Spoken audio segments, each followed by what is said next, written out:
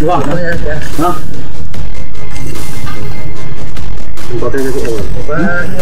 Apa? Hai pemimpin seluruh Aceh, ini kah penderitaan masyarakat Aceh yang ada di Aceh Timur ini? Tolong, jangan cepat pulang pemimpin Aceh. Jangan waktu kalian kampanye aja sibuk. Inilah penderitaan masyarakat Aceh yang ada di Alur Kul. Membawa mayat harus seperti ini. Apakah kalian anggap kami ini manusia?